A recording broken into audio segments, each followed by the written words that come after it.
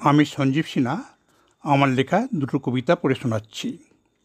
আমার প্রথম কবিতা চিরপ্রেমিক।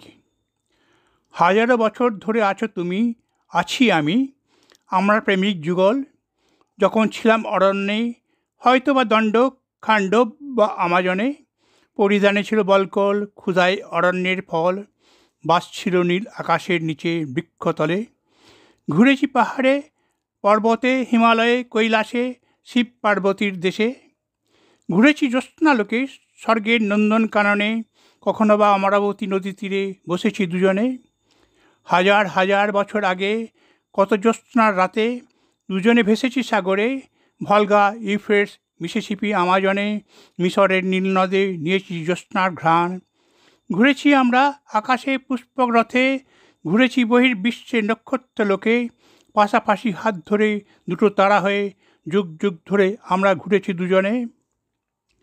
আমরা চিরপ্রেমিক যুগল, আমরাই লাইলা মজনু, আমরাই দময়ন্তী নল। আমরা রাম সীতা রূপে ঘুরেছি গোদাবরী সরযূ তীরে, কৃষ্ণ রাধা রূপে ডুবেছি যমুনায়, আবার শকুন্তলা দুষ্মন্ত হয়ে বসেছি মালিনী নদী তীরে ঋষি আশ্রম ধারে।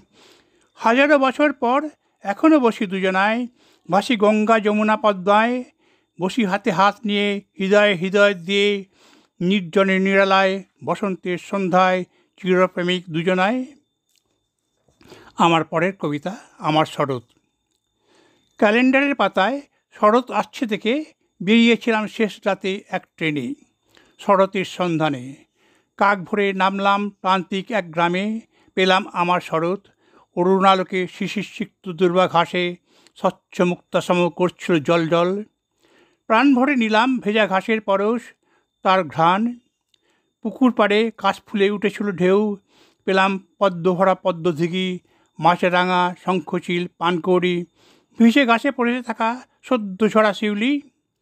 বিদায় বেলায় শরৎ কানে কানে গেল বলে, আধুনিকতার ছোঁয়ায় গেছে ভুলে শীত গ্রীষ্ম অমানিসা জ্যোৎস্না।